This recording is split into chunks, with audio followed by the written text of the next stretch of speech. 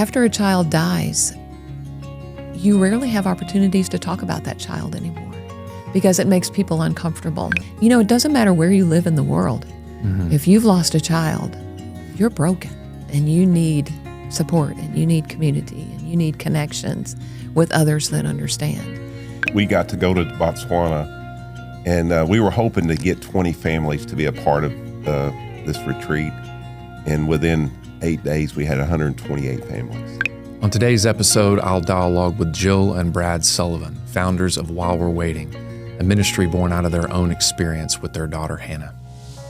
Welcome to the CARTI Hopecast, where we explore stories that shape us, journeys of resilience, hope, and perseverance. We seek the lessons that emerge when we face the unexpected and find strength in the struggle. I'm Adam Head, your host, and today I have the privilege of speaking with Jill and Brad Sullivan. After the loss of their daughter Hannah to glioblastoma, they founded While We're Waiting, a retreat ministry that offers healing and hope to grieving parents. Let's dive into their journey and how faith, resilience, and a shared mission have shaped their lives and the lives of others. Jill, Brad, welcome to the CARTI Hopecast. Thank you. It's good to be here. Yes, thank you. There's a lot I know to be able to talk about today, but I thought to start, love to just be able to hear from you guys a little bit about Hannah's story. Sure. We love to talk about Hannah. It's always a pleasure for us. When Hannah was a sophomore in high school, she began to experience some health issues that were just kind of concerning. Headaches, waking up in the morning sick to her stomach. We really didn't know what was going on. We brought her to our local physician, and he looked her over and really couldn't figure out what was happening. But one of the symptoms that she was experiencing was double vision. And because of that, he referred us to an ophthalmologist. That ophthalmologist happened to be somebody that we went to college with. And so that was a great connection. And he examined her. He said, I really can't tell what's going on, but I really feel like she might need an MRI. And the MRI revealed that she had a brain tumor. And he was able to tell us that same day. And, that's news that you never want to hear as a parent. That was not what we were expecting to find that day, for sure. And Hannah and I were together when we got that news, and we had to drive home and tell Brad. And we have another daughter at home, Bethany, and so we had to kind of process that news as a family. She was admitted right away, had surgery a few days later, and they went in and were able to get the tumor. Came out telling us, best possible outcome. We were able to get it all without causing any damage while we were in there, which we were very grateful for. She was still Hannah when she came out.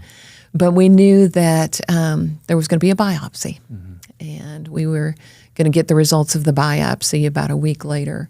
Hannah remained in the hospital for a few days. She recovered very quickly after her brain surgery, and we were happy to be able to bring her home. But we had to return a few days later to get the results of that biopsy. And we walked in and spoke with our surgeon and, just got some post-op information. And then he introduced us to another doctor who was an oncologist. And that doctor shared with us that the biopsy showed that her tumor was a grade 4 glioblastoma. At the time, I'd never heard that word before. We didn't know what that meant. He said, this is typically a diagnosis that would occur in an older adult. Hannah is young. She's 16 at this point. She's healthy otherwise. We're going to do radiation, chemotherapy, all of the things that we can do. And we feel like, there's a chance that we could beat this. And so that's what we held on to. There's a chance that we could beat this. And that started us on a year-long journey of radiation and chemotherapy and lots of different things to battle that tumor. But ultimately, she went to heaven on February 26th of 2009 after that year-long battle. And, Brad has a story that he loves to share about a conversation that he had with Hannah during that time. Yes, I like to share the story of a conversation I had with Hannah a couple nights before surgery, and we're trying to go to sleep. Jill had gone home to get some rest, and Hannah says, "Dad, I got to tell you something." And she went on to tell me, she said, Dad, back in our youth group at church, we had a leader shared with us how God allows storms in your life to bring you closer to Him and also to allow others to see Him through your storm. And she went on to say, Dad, I want you and Mom to know that I prayed for a storm that God might use me. Oh, man. And that was a comfort to us. Yeah. And she accepted that news with grace and without fear. And God was providing for her. And as we started that journey of radiation and chemo, and Hannah accepted that as her storm. And so we embrace that as well, as we don't want to waste that storm. Yeah. We want to use it for good. And how can we use it for good? And I will say that Hannah's prayer for a storm impacted her dad and mom greatly. And it gives me purpose, and it gives us purpose. Well, as a dad myself, I've got 4 kids. Just thinking about watching your child face a life-threatening cancer is difficult for most parents to imagine. Mm-hmm. What did it mean to you to see her embrace her diagnosis with such strength and purpose? That wasn't her personality prior to her illness. Really?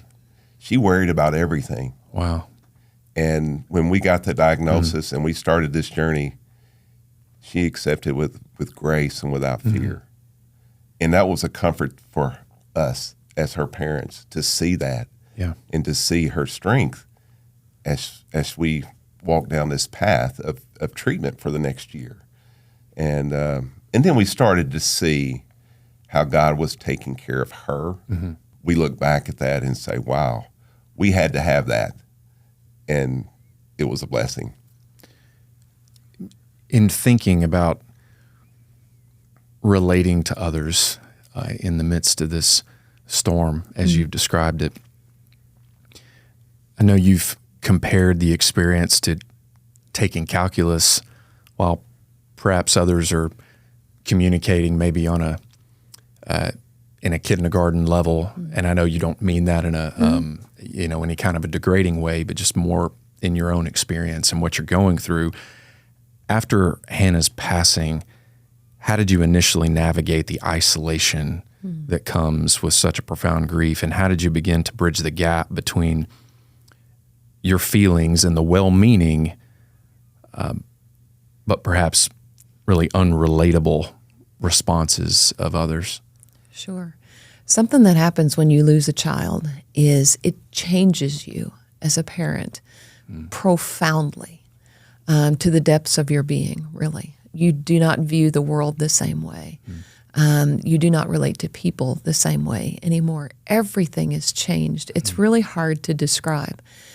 And when that happens, it makes it very difficult to relate to people who are caught up just in the everyday mundane things of life when you're on a whole different plane. And really, when a child is diagnosed with cancer, you actually start on that journey then. Because here we were walking this journey with our daughter where every decision we were making, every doctor's appointment, every MRI basically was life or death. And, when other people are just worried about, what they're going to have for dinner or what they're going to do on the weekend, we're just living in this completely different plane. Yeah. And after your child goes to heaven, that's even magnified more. You're dealing with issues of weighty issues of eternity and things like that the average person doesn't even think about. And so it can be very isolating after the loss of a child. Yeah. We found that one of the things that we craved more than anything else after Hannah went to heaven was to be with others that understood us. We had people in our lives that had lost children prior to us losing Hannah, different circumstances, but we sought out those people. We wanted to know, how have you survived this? because there is a period of time, especially in those early days and weeks, that you're just, I don't know how, it's hard to even imagine going on, living without your child. We still had a child at home. We still had a daughter that we wanted to live for, and we didn't want to just get by. We wanted to fully live. Mm-hmm. So we needed to know, how do we walk this path? How do we do this? And so we sought out these people, and they gave us hope that we could make it. They were years farther down the road than we were, and just by looking at them and seeing that they had been able to survive, and not just survive, but thrive, we knew that it was possible. We found out about a retreat for bereaved parents that was being held in Nashville, Tennessee, and we decided to go to it because we had already discovered that we were helped by being with other people that understood it. And that retreat was so impactful for us. There were people there from 11 different states and Canada. We had all lost our children in different ways, from infant loss to suicide to cancer to car accidents and everything in between. But it didn't matter that our stories were different, because that bond that we had was the same, and it was immediate. And we connected with those people on a level that we couldn't connect with all of the other people that were in our lives at that point. And our bond with those people has remained. We've kept in touch with many of those people, and that's been 15 years ago now. But while we were at that retreat, a seed was planted to recreate that type of retreat back home in Arkansas, because we could see how valuable that community was for grieving parents.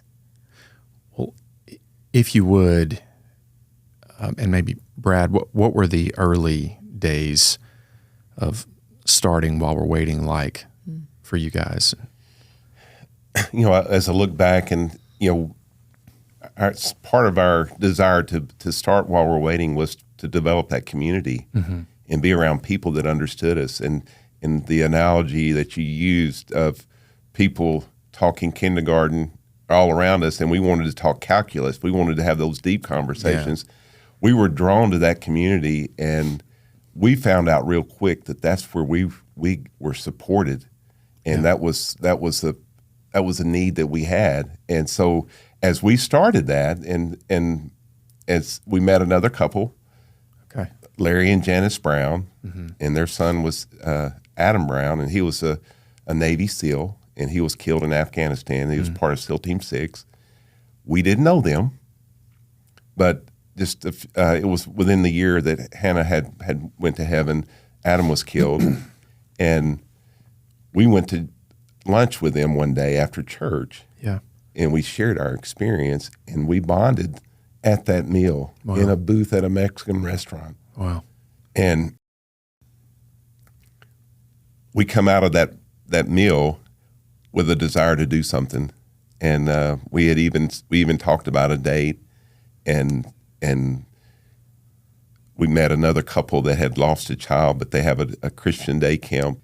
And so we contacted them, and they said, let's do it. And so that's kind of how it started. But we were being encouraged by people that we were around. And I'd like to use the analogy, the people that are ahead of us. Okay. And we drafted behind them. Yeah. And we felt that they were ahead of us, and we just need to follow them. And it's like geese in a flying in formation, or NASCAR vehicles, race cars draft behind the one in front of them. And we felt that, and we said, they're ahead of us. We just need to follow them. And so we were seeking those people out. And then as we started the ministry and the retreats, we got a lot of comfort from those people the very first retreat that we did. And that was a blessing to us, and that helped us. And we thought we were helping others, but it was helping us. And it was encouraging us. And again, we're grateful. Just looking at your website, and it was both astounding and sobering, I would say, to see so many parents from around the country who have become involved with your retreats, I would imagine there are parents who walk in on day one and communicate in some way that they're just barely there, so to speak. How are the facilitators able to foster connections and help participants begin their healing journeys when they're in that place That's after a great recent question. loss? A great question. Our retreats run from Friday night through Sunday morning. And as our participants arrive on Friday night, you can see the weight on them as they come in. Very often they're tearful. Yeah. There's a heaviness about them. Nobody wants to qualify to come to a bereaved parent retreat. That is not the kind of retreat you want to be a part of. But they're seeking something. They're seeking that connection. But we see that on Friday night. We welcome them in. The first thing we do on Friday night is we have a big meal of comfort food and just start building those bonds even on Friday evening. A lot of the time spent at our retreats is just us sharing our children's stories with one another. After a child dies, you rarely have opportunities to talk about that child anymore because it makes people uncomfortable. Yeah. People become very awkward when you bring up your child that has gone ahead of you, and so eventually you stop doing it. But you still want to talk about your child, just like we like to talk about our living children. We still like to talk about the ones that have gone ahead. And so this gives them the opportunity to share freely and openly about their children without judgment, because many of us, people lose children to all different circumstances. And some of those circumstances make it difficult to talk about. And so we give them the opportunity to talk about their children. We always say the important thing about our children is not that they died, but that they lived. So tell us who they were. Tell us about their lives. Tell us the things you loved about them. And so it gives parents that opportunity. And as they share their stories, again, even though our stories are different, people find things in common, connections that they make. And by the time they leave on Sunday morning, they're lighter, they're brighter. They don't want to leave. They don't want to come in on Friday night, but then they don't want to leave on Sunday morning because they've just bonded so closely. But the beautiful thing that we get to see is that these bonds that they make and connections that they make continue beyond the retreat. We have a closed Facebook group that's just for parents that have been to one of our retreats, and to see them interacting and encouraging each other and praying for one another is really a beautiful thing to see. So it goes beyond just the weekend that they spend together. They build bonds that continue on. When that process starts, and you talked about a Friday night and creating a safe space, and Brad, I know you talked about the drafting, metaphor. I would imagine it's hard for probably those first two, in a group to start sharing that, but is there momentum that's gained in those groups? Do you really see that usually from retreat to retreat? Absolutely. We can see that momentum build, and it happens more quickly than you would imagine. Just being in a safe place and knowing that they have the freedom to talk really opens doors right away. And perhaps maybe a longing, as you described, not having had that safe space before with others. And absolutely, that's great. And we get to see, we just allow people to sign up. We're not, Jill's not doing analytics, trying to put families together. Okay. They just sign up. And it's amazing to see that their stories are so different, but the bond that they have, the pain that they have is the same. And when they start bonding Friday night, we give them free time, and we give them a chance to, walk on the property. They just want to talk to each other, and that's really neat to see. Is to see how they bond from the beginning to the end of the retreat, and then like Jill said, they don't want to leave, but they do have that connection. They have that community. Yes, right. And they do have those that are even they find someone that's out in front of them. Yeah, I can get behind them, and so they're communicating with each other. We have this beautiful retreat facility that we've built just for this purpose. It's called the While We're Waiting Refuge. And one of the things it has is a beautiful fire pit overlooking a pond with a waterfall. And Friday night, after they meet and after we have dinner, and we usually share a couple of stories on Friday night, everybody usually heads out to the fire pit. And that's when you start to see those relationships begin to be formed. It's just a beautiful thing to see. Your ministry has grown to an international presence, hosting over 60 retreats annually, including locations as far as Germany and Botswana. Yes. I have that right? How has that evolution exceeded your expectations from where you guys started? Yeah, it has far exceeded our expectations because our original plan back in 2011 when we started was that we would do 2 retreats a year. Wow. We never imagined building a building. We were using that church camp for the first 5 years. And then over time, we created a website at that point. We got our nonprofit status. Word of mouth began to spread. Got a social media presence. And before long, people were signing up or registering to come to a retreat, and we'd have to say, well, okay, we'll put you on the list, but it might be 2 years before you can get in. We keep our retreats small, 10, 2 facilitating couples, and then 10 singles or couples, so a total of 12 stories. So you can see they fill up quickly. Yeah, for sure. But in order for people to really bond, it needs to stay small.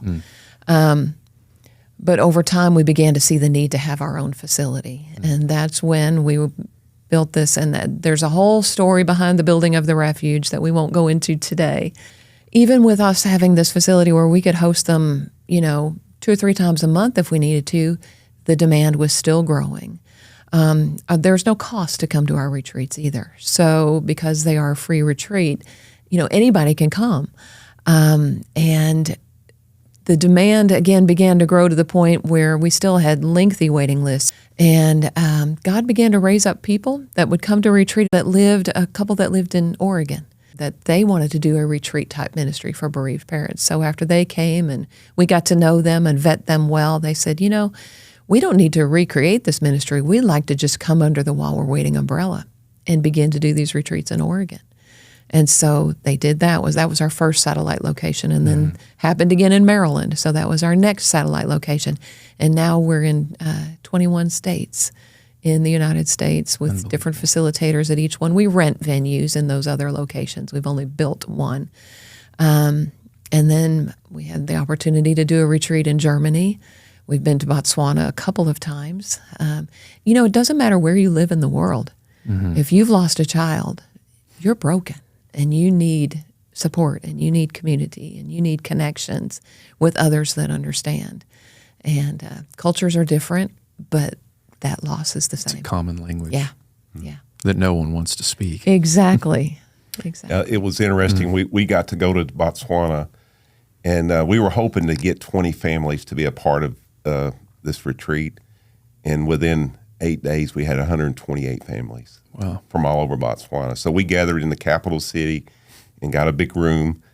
And but it was just amazing to see the bond that these families that didn't know each other had. And they started talking on Friday night, and they really didn't shut up until they left. And they didn't know each other. But their culture is that when you lose someone, you have a week. And then it's over. You don't talk about it. And we gave them a chance to talk, and they just, it was powerful. And we will never forget that experience. And they encourage us. So we got encouraged by them. And so that was a powerful moment.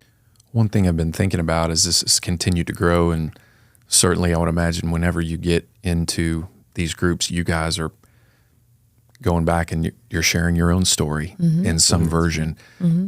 You mentioned when we started this, it's been since 2009, so 16 years. Have you found that over time, I know there's a part of that, I'm sure, that's emotionally exhausting. And just for people who are listening, I'm just curious about that, when almost having to get geared up to okay, we need to go there again, but we're doing it on behalf of these people. Is that been difficult to continue to kind of go back again and again? Yeah, it was more difficult in the early years. Enough time has gone by now that it's not as hard to revisit that. And because we can see so much good coming from it, that's a catalyst to propel us forward and to continue to share her story. And I would say there's a cost every time we go there, That's true. but there's a reward. That's real. And then we get to see families go back to their home state, and they're starting support groups, or they may be coming along beside us to be facilitators someday, and we get to see them use their story to help other people. And in a sense, they're not wasting their storm as well. They're helping other people and in their pain, through their pain, and so that is very rewarding for the Browns and us, and then the facilitators around the country. We get a front row seat to that, and that's powerful for us to see, and it motivates us even more as we go forward. I know you shared about Botswana, and there's you mentioned the 20 some odd states that you've been able to have these being facilitated. Is there a particular story that comes to mind, or a breakthrough that reminded you of the importance of this work? Yeah, I can't say that there's one specific story because there are so many. Everyone that comes, when we talk to them afterwards, or they will write something up about their experience at a While We're Waiting retreat, talk about how life-changing it is, how it's just a turning point in their journey. Someone wrote to me the other day and said that coming to the retreat was their experience was that it was like pouring living water on the dry bones of grief. And I thought that was just such a beautiful way to express it. We could tell story after story after story. Sure. There's really not one that I can think of that illustrates it. Yeah. I would share one story from this week. Okay. We had a mom from, I don't forget where she's from, but she was in California on the coast, and there was a seal that was asleep on the shoreline, and she was admiring that, and there was another mom there, and they got to talking, and they both lost sons. Oh, wow. And then they found out they were both on our While We're Waiting page. In one of our private Facebook groups. Wow. 4,000 miles away. And so we just go, wow. Yeah. And some of those stories, like how they get to a retreat facility and find that community, how they share how they got there and how they got there at just the right time. Yeah. And that is motivating. And for us, I think that we really get to see how God is using Hannah's storm to help other people. And so that's motivating to us as well. So, Well, speaking just about that and her legacy, how do you see Hannah's legacy carried forward through the many lives that have been touched through this ministry and through the growth of this over the years? She would be thrilled. She was very quiet. She was very shy. She never wanted attention on herself. But it would be very gratifying to her, I know, to see what has come from her storm. As Hannah's dad, I think about, I was her principal in school. Okay. And so I'm, as an educator, it's always been that's why I went into education, is how can I help people find their purpose and reach their potential in life. And as I think about my daughter, she found her purpose, and it's being used for good. Yeah. And as I'm just humbled by that as her dad, and I guess as her principal, absolutely. to see how her life has been used. And that is very gratifying and humbling as well. Well, Brad, more recently, and we talked about this a little bit earlier, not only has she certainly changed the trajectory of both of your lives, but you, Brad, recently faced your own life-threatening event. Can you talk a little bit about Absolutely. Yes, I enjoy hunting, but I enjoy the process with my brothers and family. And we were going out duck hunting December 22nd of 2023, a little over a year ago. And we were on a paved road, and I was on a four-wheeler, and we were going to the duck blind, and I hit a deer. And long story short, I ended up underneath my four-wheeler with some very serious injuries. Goodness. I had 9 cranial and facial fractures. I had broken ribs. And my cousin, Matthew, who's more like a nephew, he's 15, he was with me, and he got thrown off the vehicle, the four-wheeler as well, and he gets to me, and I'm not breathing. And he gets the four-wheeler off of me, and he hits me on my chest, and I cough and start breathing, and he goes and gets help. And I was airlifted, and my goodness. And they were literally breathing for me. They were bagging me. And as I look at that, in light of Hannah's story and her storm, I don't want to waste her story. I don't want to waste his story, because I have really come to terms with December 22nd, 2023 was not my day. Hannah's day was at February 26th in 2009. That's when she went to heaven. But that wasn't my day.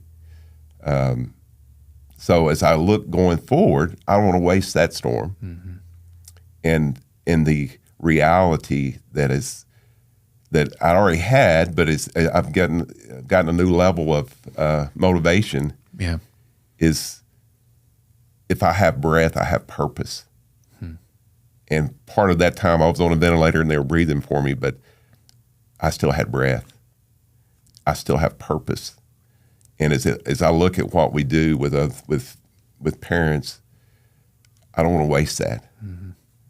And I do have purpose, and we have purpose. And also we want to honor our daughter in how we live. We want to live well while we're waiting. And that's our focus of the ministry. We want to honor our kids and God in how we live. And I want to do that even more so, because I shouldn't be here. The doctors that were treating me said, Brad, you shouldn't be here. They showed me the fractures. You shouldn't be here. And I had a C1 vertebrae fracture. I shouldn't be here. Appreciate you sharing that. Many parents struggle to see that healing is possible, or that their stories could someday help others. For either of you, what advice would you give to parents who are early in their grief journey? Yeah, my first bit of advice always is to give yourself grace. Lots and lots of grace. Be patient with yourself. The loss of a child, before Hannah went to heaven, was very ignorant about child loss. I thought, well, a parent would be really sad for several months maybe, and then, things would kind of get better. Mm-hmm. It doesn't work that way. It takes years of grieving. And I can't even say to recover from the loss of a child, because you don't really recover from the loss of a child. You don't always grieve at the same intensity. It does get softer. The grief gets gentler. It gets lighter. But it takes more time than you would ever imagine. There are studies that have been done that say that it takes 5 to 10 years to even somewhat stabilize or normalize after the loss of a child. So if someone's listening to this and they're in year 1, year 2, year 3, and they're still just staggering under the weight of child loss, just know that's okay and that's normal, and that it takes more time than you ever would have imagined. So we've got to give ourselves lots of grace on the journey, and know that while the grief is heavy, and while we will grieve our children until we see them again, it is possible to still have joy in life. And I know when you're early on, it's hard to even imagine that. It's hard to see it. It's hard to believe it. But over time, that joy does return. Sorrow and joy can coexist. and they do coexist. And what we try to remind our parents that we have the opportunity to meet is that as we move forward in life, we are getting closer to seeing our children again. Our children are in our past, yes, but they are in our future as well. And as we move forward in life, we're not leaving our kids behind. We're getting closer to the day that we will see them again. And so, we can live with that hope and that knowledge, and that helps too, to just kind of change perspective there. Because very often grieving parents struggle with time moving forward because they feel like every day I live, I'm farther away from my child. We try to turn that around. No, it's one day closer to seeing them again. And, that perspective can help. Yeah. Well, Jill and Brad, I just want to thank you both for your courage in not just telling your story, but using your own experience with grief to help others who may be searching for the type of space that you've created. Any final words for our listeners? And I would also ask, where can we find more information about While We're Waiting? Yeah. I would just, any words of encouragement are just for those grieving parents that may be listening to just to hang on. There is hope. And over time, it does soften. You've heard us talk a lot about our faith today, and While We're Waiting is a faith-based ministry. However, people of all faiths, and even no faith background at all, are welcome at our retreats. So, to find out more about our retreats, to register for a retreat, we have a website. It's www.whilewe'rewaiting.org. Of course, no apostrophe, whilewe'rewaiting.org. We have a private Facebook group called While We're Waiting, Support for Bereaved Parents, that if you're a bereaved parent, put that in your search bar, While We're Waiting, Support for Bereaved Parents, and you can request to join. There's over 10,000 people in that group, and it's you would think it would be a negative place because it's all parents that have lost children. We work very hard on keeping it a positive and encouraging community of parents. We also have a podcast called While We're Waiting, Hope After Child Loss. That's available on all podcast platforms. And it's mostly parents sharing their stories, which is what we spend a lot of time doing at our retreats because there's just so much benefit in sharing our stories, and we can learn so much from hearing other people's stories and how they've coped. And so that also is a place that people can find some support.